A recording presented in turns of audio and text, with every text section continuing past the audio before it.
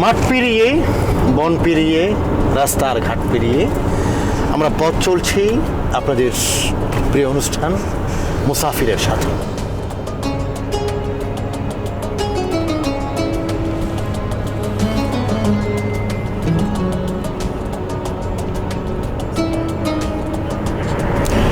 কখনো সড়ক, কখনো পিচ ঢালা কালো পথ, কখনো পাহাড়ি এলাকা, কখনো মরুভূমি, অথবা কখনো টিলা। এমনটি করে আপনাকে পথ চলতে হবে তুরস্কের এক প্রান্ত থেকে আরেক প্রান্ত। সেটি হতে পারে ইস্তাম্বুল থেকে দিয়ারবাকার, হতে পারে দিয়ারবাকার থেকে একেবারে প্রাচীন যে কোনো নগরীর দিকে।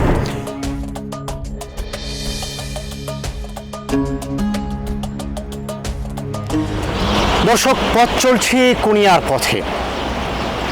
শামসুদ্দিন তাবরেজের কুনিয়া, গাজী উসমানের কুনিয়া, আধ্যাত্মিক সম্রাট সুলতান, হৃদয়ের সুলতান জালালউদ্দিন রুমির কুনিয়া।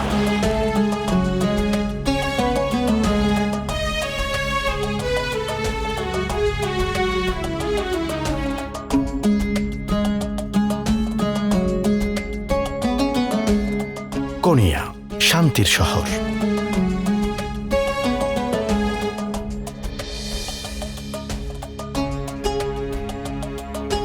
তুর্কি জাতির উত্থানের সূতিকাগার এই কোনিয়া।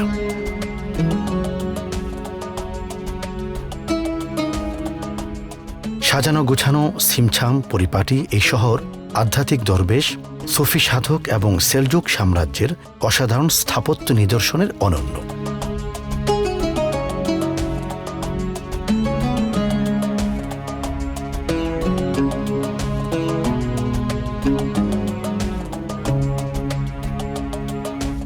বিশেষ করে সুফি সম্রাট এবং আধ্যাত্মিক কবি আল্লামা জালালউদ্দিন মোহাম্মদ রুমির শহর হিসেবে বিশ্বজোড়া খ্যাতি রয়েছে কোনিয়ার।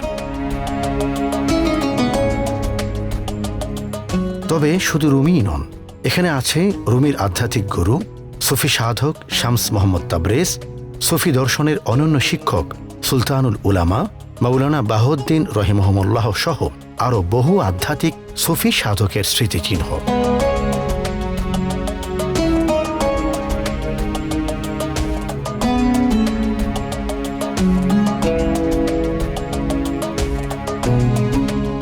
এখানেই শুয়ে আছেন বুদ্ধিদীপ্ত রম্য সম্রাট, বিশ্ববিখ্যাত আরেকজন মানুষ মোল্লা নাসিরুদ্দিন হুজ্জা।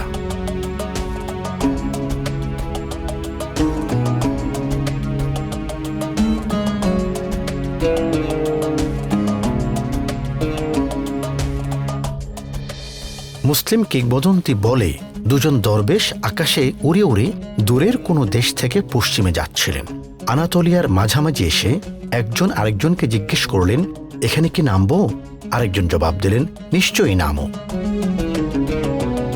তুর্কি ভাষায় কোন ইয়া, সেই দরবেশের চয়ন করা এই বাক্য থেকে এই শহরের নাম হয়েছে কোনিয়া। এটির আসলে কোনো অথেন্টিক সূত্র নেই, কিন্তু কোনো কোনো বইয়ে বিষয়টি এভাবেই প্রকাশ করা হয়েছে।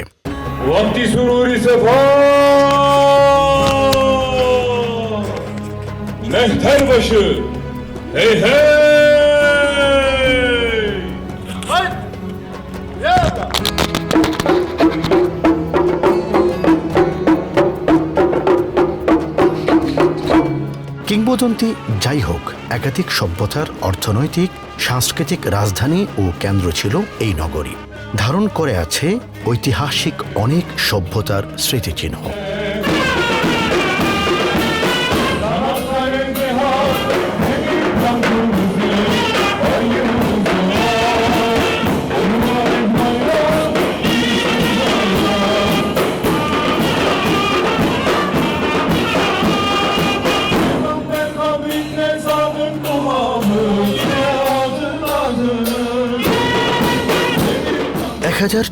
সালে বাইজেন্টাইন সাম্রাজ্যের পতনের পর আনাতোলিয়ায় প্রতিষ্ঠিত হয় সেলজুক সাম্রাজ্য, যার রাজধানী ছিল ইজনিক।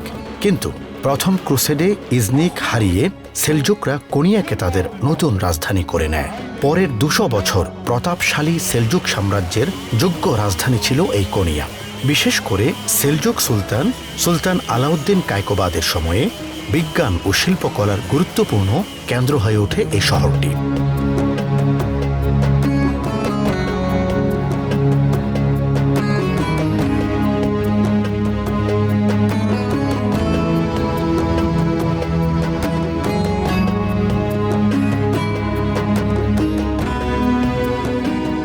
সেলজুক আমলের স্থাপনাগুলোতে সেই সোনালী ঐতিহ্যের ছাপ এখন সুস্পষ্ট। পরে এক সময় তা মঙ্গল বা কারমানিদের দখলে চলে যায়। সুলতান মোহাম্মদ আল ফাতেহের হাতে কারামানি রাজবংশের পতনের পর কোনিয়া পুরোপুরি উসমানীদের হয়। তবে উসমানীয় শাসনামলে রাজধানী কোনিয়া থেকে স্থানান্তরিত হয়ে চলে যায় ইস্তাম্বুলে। পরে আনকারা পায় রাজধানীর মর্যাদা। আজকে আধুনিক কোনিয়া তুরস্কের ৭ম বৃহত্তম শহর।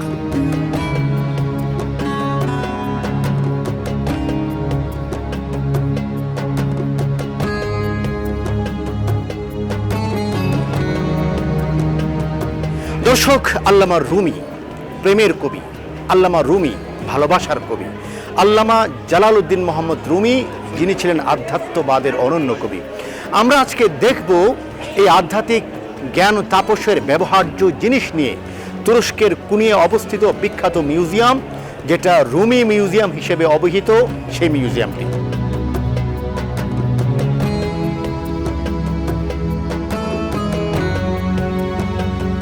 প্রখ্যাত সুফি সাধক মাওলানা জালালউদ্দিন মোহাম্মদ রুমি রহিমাহুল্লাহ এর চিন্তা দর্শন এবং আধ্যাত্মিকতায় কোনিয়া বিশেষভাবে প্রভাবিত।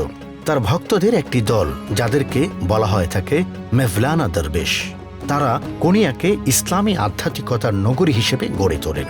তাদের আরেক পরিচয় ঘূর্ণায়মান দরবেশ। মাওলানা জালালউদ্দিন রুমি মাত্র ২৪ বছর বয়সেই ধর্মবিজ্ঞানের ওপর একজন অপ্রতিরোধ্য পণ্ডিত হয়ে ওঠেন। কোনিয়ার বড় বড় ধর্মগুরুগণ তার আধ্যাত্মিকতার আশেকে মশগুল হয়ে ওঠেন। তবে ৩৭ বছর বয়সে তার মধ্যে ব্যাপক পরিবর্তন নিয়ে আসেন সুফি সাধক মাওলানা শামস তাবরিজ। স্বাধীন চিন্তার অধিকারী আধ্যাত্মিক সুফি গুরু শামস তাবরিজের সঙ্গে রুমির মোলাকাতের পূর্ব পর্যন্ত মাওলানা রুমি ছিলেন একজন বিখ্যাত ধর্মতাত্ত্বিক এবং ধর্মপ্রচারক।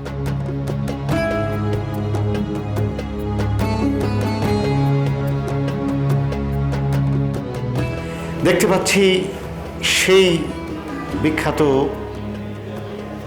গ্রন্থ, যেটাকে এখানে লেখা রয়েছে মৌলভিস প্রেয়ার্স।